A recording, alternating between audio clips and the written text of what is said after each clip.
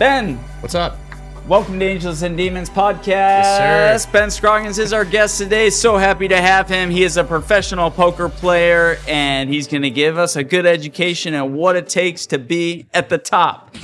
First question, Ben, is how did you get into poker? What first got you into poker? So I was in college. Well, actually, really, we got to go way back. So my dad and my family, like cousins and everyone, we used to play cards just during like Thanksgiving, Christmas, whatever.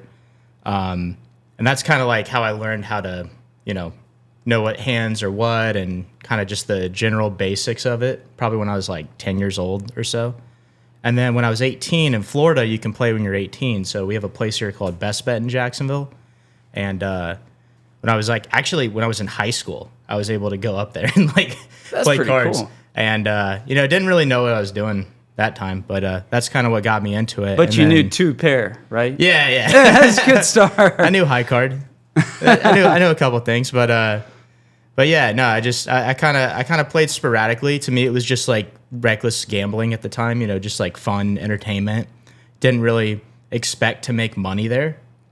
And then I kind of got a little more obsessed with it in college and kind of started to learn a little bit more like how deep the strategy actually goes in it. Was that your breakout moment? Yeah. So in college, I think it was junior year. My buddy Ray, he just randomly hit me up one day. He was like, "Hey, you want to go down to Daytona and play this tournament?" I'm like, "Yeah, I got nothing going on this weekend, sure." So we drove down. I think we stayed at a Motel 6, and I ended up just going on the craziest run I've ever been on. Like, just most insane compiling of like luck happened. And I ended up taking it down. It was kind of funny because it was 2 weeks after I got like my first poker course. And like I really dug into it. And it was tournament poker. It was like the best course you could get at the time. This was like 2017. And it just came out, and I went through it really quickly, and I did a ton of study, and everything that I did like just worked perfectly. So is that kind of how you study and train for it? Oh yeah, there's like tons of ways you can work on your game. So one of the big ones is like, paying for content. Like it's kind of like a day trading course. Like some people might be a little more familiar with that. Like you go in, they're like, oh yeah, like look for these signals, like look for this stuff. Looking for different information that tells you what to do.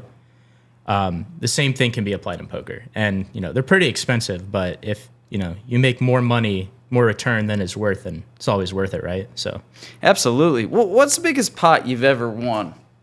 biggest pot, man. That's a really good question. Probably like 120,000.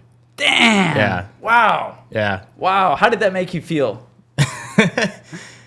Oh man. Like all that studying paid off? Yeah. That was it's pretty stressful, honestly. When you're playing a pot that big. I think that night I had bought into the game for like 5,000, and as the night kept going, it just kept getting bigger and bigger and bigger, and I just never had that terrible luck moment where it all goes away. And I was like sure that was going to be it. I was like, all right, it ends here. Like I'm going from up like 70,000 to down 5. But no, I actually managed to hold in that one. I think I got in like 60% to win, and ended up holding. That's incredible. So knowing this podcast is about, mental health, this playing poker seems like it's a huge mental battle, Oh, yeah. Like a huge mental battle in terms of like what you are guessing your opponent's going to do versus what you're actually doing. How do you find success in those moments mentally? It's not more about the mental battle of like your opponent. It's more of like an internal mental battle. So you only have control over your own actions. It's actually very similar to golf. So you're at a golf course, you're playing, you hit a bomb drive, you feel great, and then you just shank it into the woods, right? How do you recover from that? How do you recover from losing a big pot? Just an extra couple beers. Yeah, there you go. That's one way. But it's all about kind of just like reading yourself and knowing where you're at and trying to get back to that whether it's center or it's more on like the chill side or more on like the jacked up side, like whatever is optimal for you to like play your best, you got to get yourself back there because those emotional swings will throw you off. Big time, I bet. Yeah. But yeah, it's super similar to golf. Like crazy similar. We almost need to like walk away, get your space, get your mental health back in the game so that you can focus. And golf is such a mental game. Yeah. I mean, one day you feel like, hey, why am I not on the PGA Tour? And then the next moment you're like, what's going on? Where did everything go? Well, you feel like can't even hit the ball. Yeah, and it's like if you're going to put in all that work too, you want to be able to execute that work that you've put in at the best level you can. And if you're on tilt, you can't do that. You need, So how long did it take you to where you felt like you had that professional skill in poker? Probably 6 months to a year. So I won that tournament. I dropped out of college, and I was just kind of playing, and my results like instantly kind of went down. I think I got too like high on myself and like too cocky after winning a tournament that young. You're like, I think I was 20 or 21 when that happened. So tell me about that tournament. What was that like? It was awesome, man. It validated a lot of stuff, and I felt really good, and felt like my mental was in check. But then kind of after that, got a little off the rails. When you're 21 with $100,000 in your pocket, it's easy to go crazy. Yes, you're going for the grand slam, not just the RBI. You want to make a difference now. Yeah. I thought I was just going to keep steamrolling, and I ended up getting a little steamrolled myself. So, you get humbled, but those setbacks are important. Now, when you say steamrolled yourself, like if in terms of poker, like what is an experience you can take us through where you're just very humbled through the tournament? So, like exactly what I was just talking about. Right after winning that first tournament, 21, I was, feeling like I'm on top of the world and I'm going to go win millions of dollars. I'm going to go win the World Series of Poker this year. Like just... I got lucky, right? You have to get lucky to win in poker, but you also have to have a lot of skill. So I immediately went to Tampa like 2 weeks later, and they had this event, and I think it was like a $1,500 buy-in event. And I was like, okay, like I'm going to go fire this thing. I think I brought like 10,000 down.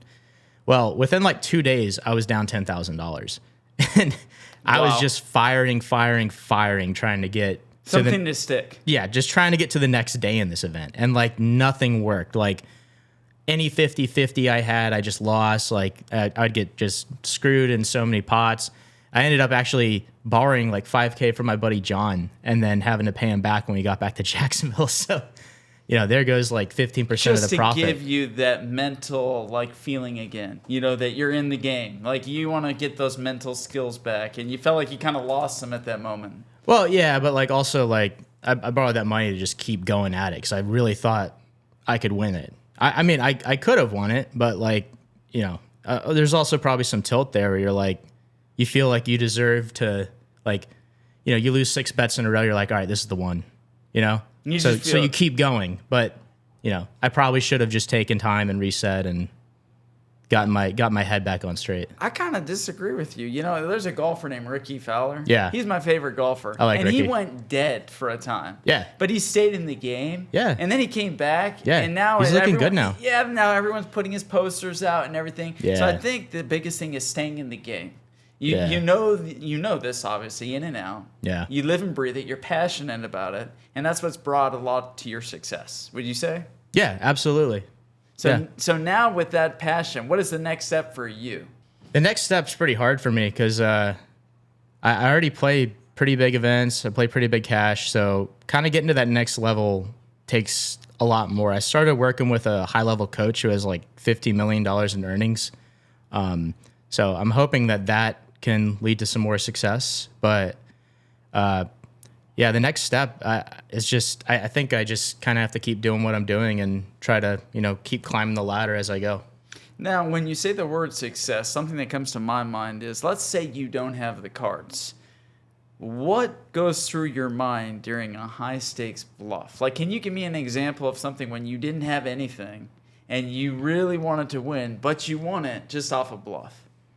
Well, so I bluff a lot. So that's awesome. And so you're a risk taker. Yeah. Oh, yeah. You have to take risks. If you don't take risks, someone else is going to take risks on you, and it's gonna it's going to So bite you in someone's the butt. constantly guessing. What are you thinking? What are you doing? They don't know. I mean, because you're almost playing. Would you say irrational? Like no, a mix of it? it's not irrational is not the right word because like that's what I study is like how to bluff rationally. Like you can pick specific hands that make more sense to bluff with.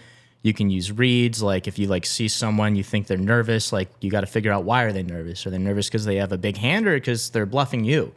And Could then, be super excited, or maybe they just have nothing. yeah, because I mean they're showing emotion that they're they're jacked up and maybe they're like breathing heavy. They're kind of lean forward. They're more invested than they normally look, right? So that nerve can either be because they're nervous because they have the nuts, which is the best hand they can't lose, or they're nervous because they're putting it all on the line with nothing. So that's Now I kind know of the why they game. call it a poker face. Yeah. Because you get the best cards in hand, right? Yeah. But how do you keep from? Oh, I got it. Yeah, Here you we can't go." smile. Like, Yeah. You're just like kind of like I watched you on one of your events, and you were just like I could see they show your cards. Yeah. But your face was like just so professional. You got to be stoic. Because, like, yeah, obviously, like, I mean, Where, for where me, do you go mentally? Not to interrupt, but where do No, you no. go mentally so you don't give that emotion away? I like to breathe, just really deep breaths, and just try to like calm the heart rate and stuff, and just I just try to lock in, get in the zone. There's really no way to describe it, but if you've ever just like felt like you're firing on all cylinders, like even at work or whatever, where you're just you don't have to like think in the front of your head, it's just kind of all subconsciously happening and it's all working. If you've ever been in that place, that's kind of where I try to get. In the groove. Yeah. In that groove, Just and then locked just in. kind of locked in. Yeah. And so does that affect like your ability to succeed to the next hand? Do you find that when you're in the groove, do you find that's where your success lies? Yes. I mean, it's funny because like sometimes when I'm like really locked in, I can almost feel like I know I'm gonna win a tournament before it happens. Like if I get to a final table and I'm that locked in, sometimes I just like I'll feel it. And there was one time I did and I got second, but still that's pretty good. And then there's been times where I don't feel as locked in and I'll get like sixth place. And it's kind of interesting. You can kind of almost feel it ahead of time. So what are you doing now with knowing how difficult that mental battle is? What do you do now to prepare for that? If you were placed in the biggest poker event ever and for the biggest pot prize, what would you do psychologically to prepare yourself for that? Well, I'll tell you because I just did that this summer. I think a really good thing is warming up. So we flew out to Vegas, me and a bunch of buddies. We got an Airbnb. And the second I got out there, we started getting into a routine. So I was like cooking breakfast, and I found just eating like a Chobani yogurt in the morning was like perfect because it didn't upset my stomach at all. It was enough like, protein and everything for the day. Dude, that's so funny you say that. Like Yeah. Chobani yogurt, like the vanilla one, it just kind Oh, of... probably too much sugar. I don't do the sugar ones. Oh, you know, zero sugar? Yeah, It I don't want sugar in the morning. It calms my stomach. Yeah? Like, I just feel good. Like, Yeah. it's just enough where you Oh, I feel thought you were like going to say it upsets your stomach. No, it feels like just enough where Yeah. you're like, I can take this day, Yeah. It's a good start, but like also we had a pool, and Vegas in the summer, it was hot out. Go jump in the pool, get some sun on you, some vitamin D. I mean, routine is super important. Just staying calm, meditating, feeling comfortable where you're at. You're a professional athlete. Everything you're saying is a I'm professional a professional athlete. athlete that sits down all day. Well, I mean, you talk about a mental game. There's a lot of people It's that play super mental. professional sports that you have to be mentally and physically there. Yeah. Like even Anything being at the highest in level. sales, I know that Yeah. like when I'm not in mentally there, I cannot perform at my best. Yeah. And not to interrupt you, so we got Chobani yogurt. Ooh, that's awesome choice. And then pool, and then what next? Next would be, take a shower, get ready, drive to the casino, and play. And I think like I got there a week before the big event. It was a $10,000 buy-in. It's the World Series of Poker main event. So top prize is like $10 Not million. a single nerve. No, Not you a can't. You single can't be nerve? nervous. You got to go in with utter confidence, but not Okay. cockiness. What's Big- the difference? I think confidence is where you're sure that you have the ability, but you're not sure that the outcome is going to work for you, right? Okay. So like if you're cocky, you're like, yeah, I'm going to win this thing. I'm going to take this thing down. It's like, no, that's incredibly hard to do. Do you think an element of that is good? Sure, but I think it's very easy to go overboard with it, and that And can you gave lead a prime to disaster. example of that in college. Yes. Yeah. Right after I won that tournament, I was super cocky and I lost 15 G's. And now that humbles you. lesson of tool belt is tucked in neatly, and now when you go into this tournament, you have that right in front of you. Yeah. Keep calm, stay centered. And so those 3 things, and then 4, what's the next thing you're doing? Playing the event. Playing the event. And what is that like when you guys all sit down at the table? Like before you even get your first cards dealt out, what are the emotions you feel? I mean, at that point, if I'm really locked in, there's no emotion. I'm sitting here just like we're doing right now talking. There's just nothing. How do you do that? I really think it's just years of practice. That's one. And then also just having confidence in yourself and knowing your routine. Like if you're a stud basketball player, you know, if you're Michael Jordan in the 80s. Your identity. Yeah, strong. well, you also know, like, going into it, like, I'm going to win. You know, like, I'm better than everyone. Maybe you don't win. Maybe you get unlucky. But if you just know that you're better than people, there's nothing to worry about. Wow. So here you are sitting around. You're at the biggest, quote, tournament. And here you are. The cards haven't been dealt. Now the cards start coming out. What do you want? What are you looking for? So the thing about that event is I think it's like 12 days of play. So it's super long. So I know off the bat, like, there's nothing I really want. All I want is to play the best poker I can. The cards happen. I can't control it. All I can control is how I play. So that's realistically all I want. Now, it would be nice to just steamroll everyone and get the most insane luck. But to get that for 12 days straight is almost impossible. So it doesn't really matter. Day 1, day 2, day 3. It really, like, are those conservative days? Like, are you not going more aggressive? Are you more low key when you give that analogy? Are you more going all in on certain hands? How do you be flexible during those first few days? I mean, you don't have to play them conservative. A lot of people take that strategy because a lot of people, you know, it's a huge event. You want to, you know, get to the guaranteed money and then take more risk. But for me, I just play normal. There's no, you know, difference based on the day.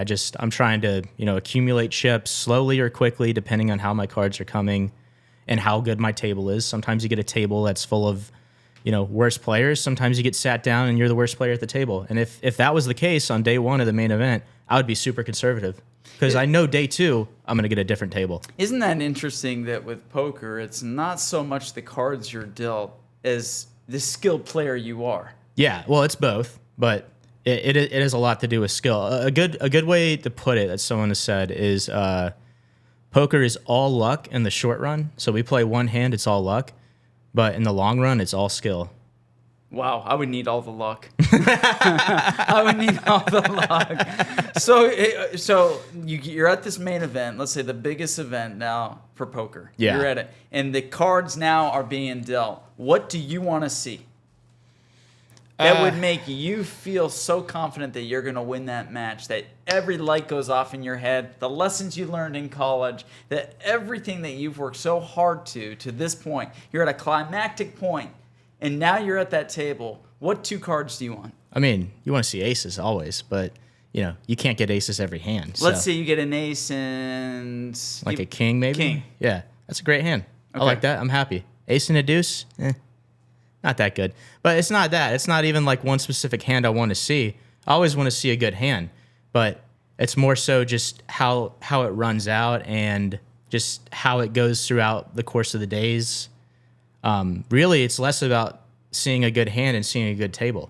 Do you like to talk to people at the table? Yeah, I do. I think it kind of humanizes you and it opens people up to liking you more. And sometimes people kind of like soft play you, so they'll take it easy on you because they like you or something.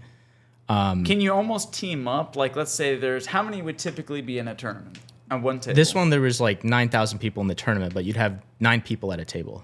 Do any people team up on the table to eliminate? Let's say you're talking socially. So that is an interesting thing because yes and no. It's against the rules to do that, but there are certain, that's called collusion, where 2 players are, you know, teaming up to like beat someone else.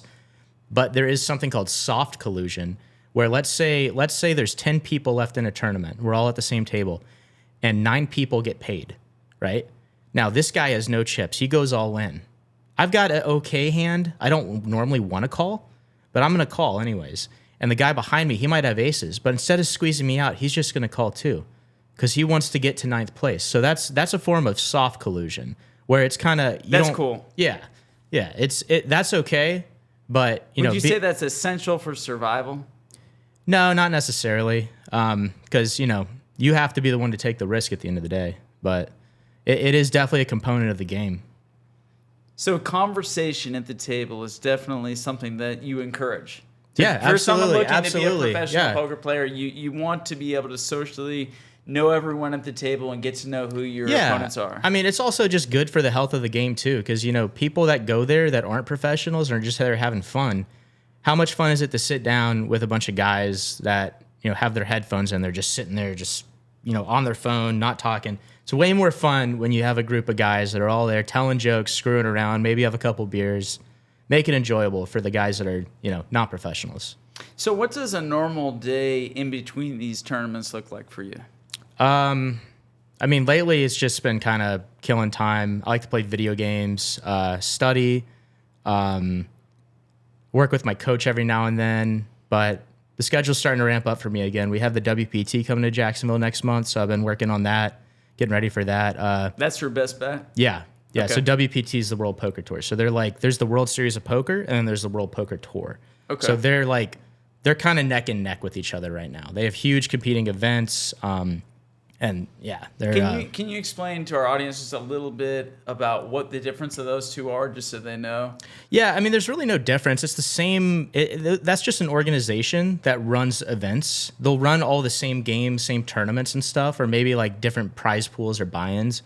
But it's just two event organizers that put on a huge tournament series. And there's also smaller organizers too. There's like HPT, there's MSPT, EPT. There's like all these different like kind of branches of these poker organizers. What is the time frame those would run typically? Like, let's say you're about to start one. How long will that go, depending on your time frame? Let's say you're good, and what do you expect out of yourself to go how far? And what in terms of like when the tournament starts, to be successful, where do you want to end up in that tournament? Like how far along? Like does it go over like a month or 2 months, or how long would the tournament go for? Oh no, tournaments typically go for like 3 days. 3 days. 3 days. So like, yeah, I mean to judge success, like I like, top 10% is really good. Okay. Yeah. Usually you get paid at 12.5 or 15%. It all depends. Sometimes it's 10%. And that'll actually make like your payout bigger. If it's like less people get paid, there's more money in the pot for people to win. So damn, that's really hard. 10%. 10%'s tough, yeah. Yeah. So technically, if you don't have an edge, nine out of 10 times you're throwing $1,000 on fire. So how do you not get nervous for that? I mean it is what it is. You just mentally, like you said, go through the routine, get yourself. Also like it helps when you like you win one event or whatever, because then you have 100 buy-ins to throw at the next one. That's awesome. Yeah. You have more confidence going into the next round. Yeah. Plus you have more ammunition. Yeah. Well, yeah. The money is like the biggest thing. That's kind of the judge of how. And that's like going back to your question about nervousness. If you have, we call it bankroll. So like you like to sports bet. So Absolutely. if you have $1 million, you're not going to put 500K on the Jags this week. That's ridiculous. You're going to do, a smart bet if you think you have an edge, but your edge is only like 1%. You're not going to put it on the line. Nothing is sure. So you take small amounts of your roll, and you'll play those and just keep pushing those small edges as you build it gradually. So on CNN, sometimes you see like these poker players play. Yeah, Is sure. that something that you have been on? Have you been on like any of those tournaments on ESPN or something like that? I've never been on ESPN, but I've been on some of the smaller ones, like any of the final tables. Sometimes they like live stream it, or there was one. The first tournament I won actually was on TV. They had their own channel, but it was only on I think like DirecTV or something. So a bit smaller, but no, never ESPN. ESPN's only ever really the big one, and it's only the final 9 players. So it's really hard to get there. Is that your ultimate goal? Oh yeah, that's everyone's dream. That's Okay. everyone's dream in poker. And what is that called? The world? That's the World Series of Poker main event final table. You're gonna get there, man. I almost did. I can tell in your face and your eyes that you are set on that goal. You're gonna get that. I want it, man. So what needs to be done for you to be able to be in that place? Well, long term it's all skill, but for one tournament, it's luck. So to get there, you do need a lot of luck. But so these upcoming tournaments that you're going into, how significant are they for you pointing in that direction? I mean, they're significant. Every win matters. You know, you can't keep losing and sustain that lifestyle. So, and you're a winner. I mean, I saw your resume. I mean, you win. I mean, you are in the 10% the majority of the time. Just gassing me up, huh? No, I'm here. Here you go. Here, read it out. I mean, I printed it off. I was like, look at it. Here you are. So you're like, look at this. Here, there you go. So you're that's in. it. So there it is. Is that gaslighting or is that facts? No. These are facts. Look at that, facts. So you know what's really cool is to know when you are mentally in the game, and I think that is something that's so important with mental health. When you're not in the game, we can all do stupid shit. Yeah, absolutely. You know what I mean? Yeah. Like you were talking about in college, and I mean, I've even done some stupid shit. Yeah. And the cool thing about this podcast is it doesn't matter if you do stupid shit. This is a safe place, you know? Yeah. And no matter what you do, no matter what you've done, you're not alone. Everyone else puts their pants on the same way. Yeah. But what's cool about you is you're focused. I can sense it in you. You're determined, and your eyes are set on the GOAT. You're going to be the Tom Brady of poker. Got a long way to go. Why do you laugh? Tell me why. You just gave me a clear routine of why it is. It's totally possible. What's in your way? Nothing. There's nothing in my way. But there's already GOATs, and they are continuing to push further and further. So I have to increase my pace if I want to do that. It's going to take a lot. It's going to take a lot of luck, a lot of work, but it's definitely possible. Anyone can do it. So how many more tournaments do you need to win to qualify for the one that you want to be in? Oh, you don't have to qualify. You could buy into the one I want to be in right now. Okay. Yeah. And anyone can do it. What would be the estimated cost of that? It's $10,000. Okay. Yeah. Do you feel confident if you had that right now you could deliver? Yeah, absolutely. Absolutely. Let's go. Yeah. Let's go.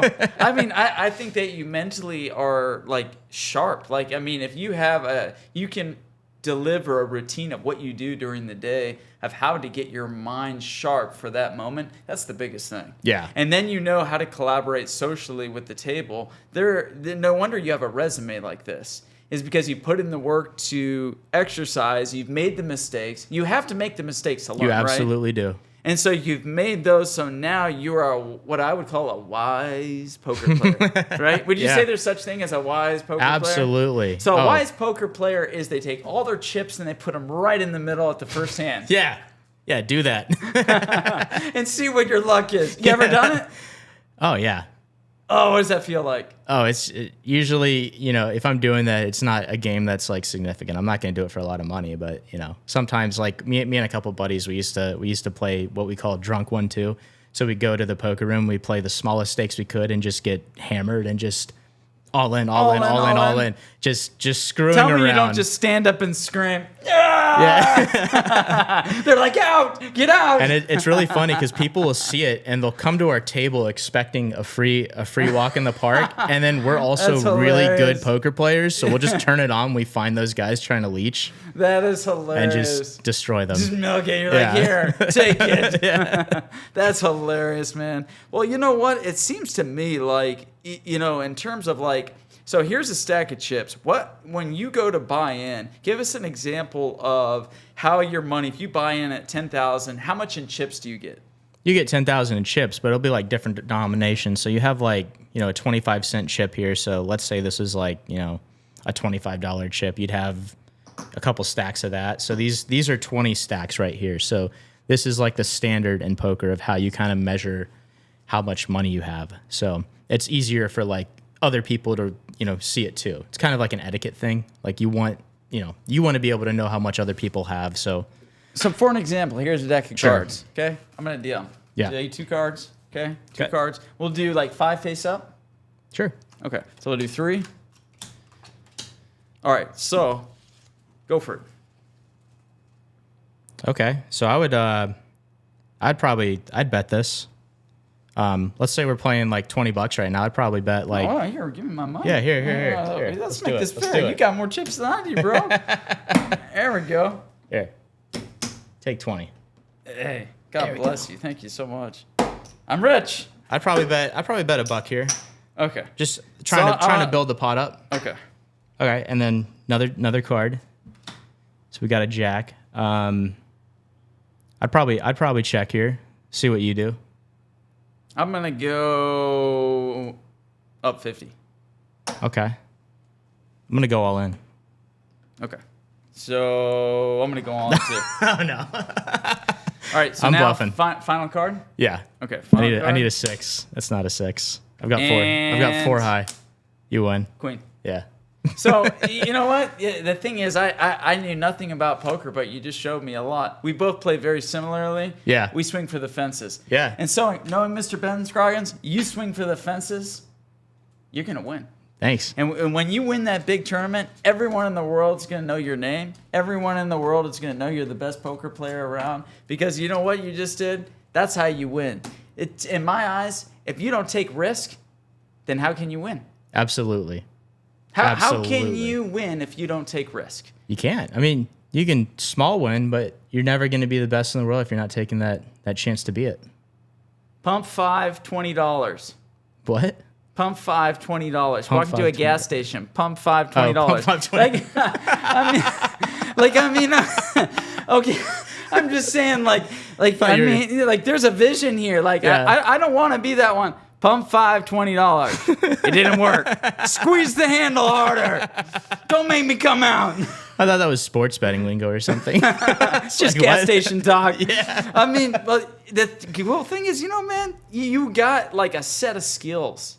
Don't back off on that. Yeah, you got a gift. You got a gift. And you know what? Just the fact that we can just have some fun and go all in, and it's so mental. And the reason that I'm so happy to have you on the show, because every day, mental health is exactly what you said. You prepare yourself each day for something that you're doing. And each day for mental health, you have to prepare, no matter what it is, whether it's going to the gym, whether it's reading the scriptures, whether it's whatever you do that puts you in a healthy mindset so you can deliver to the best you can as an individual. Absolutely. And you're studying so that you can, when you get to the next event, create a resume bigger and deeper than that. Yeah. What's cooler than that? Yeah, I agree. What do you give to our listeners that are fighting with just having that ability to have that mental confidence? What advice would you give them to be able to be mentally healthy? Mental confidence specifically, I think it's just being prepared. If you're not ready to do your job, then how can you go in with confidence? And that kind of comes down to a lot of other things like stress and anxiety. Just be prepared for what you need to do, whatever it is, and confidence will come with that. And, be sure of it. The more you prepare, the more confident you'll be in what you do. The more you practice, you want to be a pro golfer, you're not confident, go work harder. Go hit the range, shoot hoops, whatever it is, Yeah, I was just at Topgolf the other day. Just Love to add to that, Topgolf. Yeah, we got to go, man. And you know what? Everyone when I was hitting, they were going, "Wow, wow!" And I told them, "It's my first time at Topgolf." They're like, "How did you do that?" And beginner's I'm like, luck, well, just I'll like tell in you. poker, just like in poker. I was like, "Well, what I do is to be honest with you, I look at the ball and I whack it as hard as I can." And they were like, "That's incredible." Well, I'll tell you what, too. It's a lot easier when there's no expectations for yourself, right? That's a really good point. You're not expecting to hit the ball straight, so you're nice and calm. You just go up there, you just hit the thing and go straight. Wow. So for our listeners, I think that's the best advice we've had on the show. The best advice is, prepare each day when you wake up. Yes. Don't expect your day just to be mentally healthy. Do the things. Go to the gym. Take your walk. Go to the beach. Whatever it is. Eat the Chobani yogurt. Whatever it might be. Dip in the pool. But allow yourself some preparation. Yeah. Because without preparation, how are you supposed to be mentally healthy? And setting realistic expectations is great, too. Everyone says shoot for the moon, but if you're constantly disappointing yourself, then, that's just setting you up for negativity, Absolutely. I had something that just this morning, I read something and it just pissed me the fuck off. I was upset. Yeah. But I had beforehand, I read something, I listened to something, and it calmed me down. Yeah. My nerves down so that I was prepared. And I think that you've brought something to this podcast that nobody has ever done. They've walked us through what you need to do to the day to be mentally healthy is prepare. Yeah. Because you don't know what you're walking into that day. You might walk into the most disappointing thing that you've ever wanted. Maybe you've waited for years for some dream. You also might have the biggest opportunity of your life. What if you're not ready for it? What if you blow it? How bad would you feel then? Or so be ready for it. You get to the tournament that you want to play and somehow the building catches on fire and burns down. Yeah. And then all of a sudden here you are at your dream and then all of a sudden it's gone. How do you pick yourself up? How do you pick yourself up? What are your go-tos to picking yourself up in your lowest point? That's a really good question. I think personally, I like taking breaks. Lately, I haven't had to do it as much. Like if I have like a really bad stretch, I'll just take a week off or whatever. It's good. I think it's really good to get a reset. Not everyone can do that. So just having an escape, I think, is really important though. Just something to take your mind off of whatever is causing you disruption in your life or reality or whatever. Just get away from it. Come back to it with a fresh set of eyes, fresh mind, and start tackling your problems one by one. That is such a good example. Yeah. When the craps table isn't working, go to the roulette table. Go to the blackjack table. Just see what it does. Maybe double your bet. Double your bet. You're due. Yes. Mr. Ben, I can't thank you so much for coming on this podcast and just you as a professional poker player giving our listeners hope and giving them reasons to know that preparation for your mental health is the key to staying mentally healthy. We don't want more school shootings. We both agree on that. Of course. But we don't want to turn on Fox News and see another school getting shot up. No. Are you tired of that? Yeah, extremely. It's like getting annoying at this point, Mm-hmm. And tired of just seeing insanity, insanity. Like Charlie Kirk, like God bless. Dude, Rest in I peace. saw that and I was like, this world is fucked up. That hurt me when I saw it. I wish I hadn't seen it. That was awful. Just pure evil, just riding through that. But,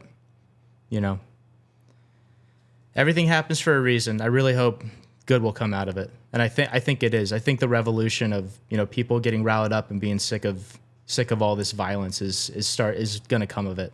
I see it. I see it's a turning point. It actually is a turning point.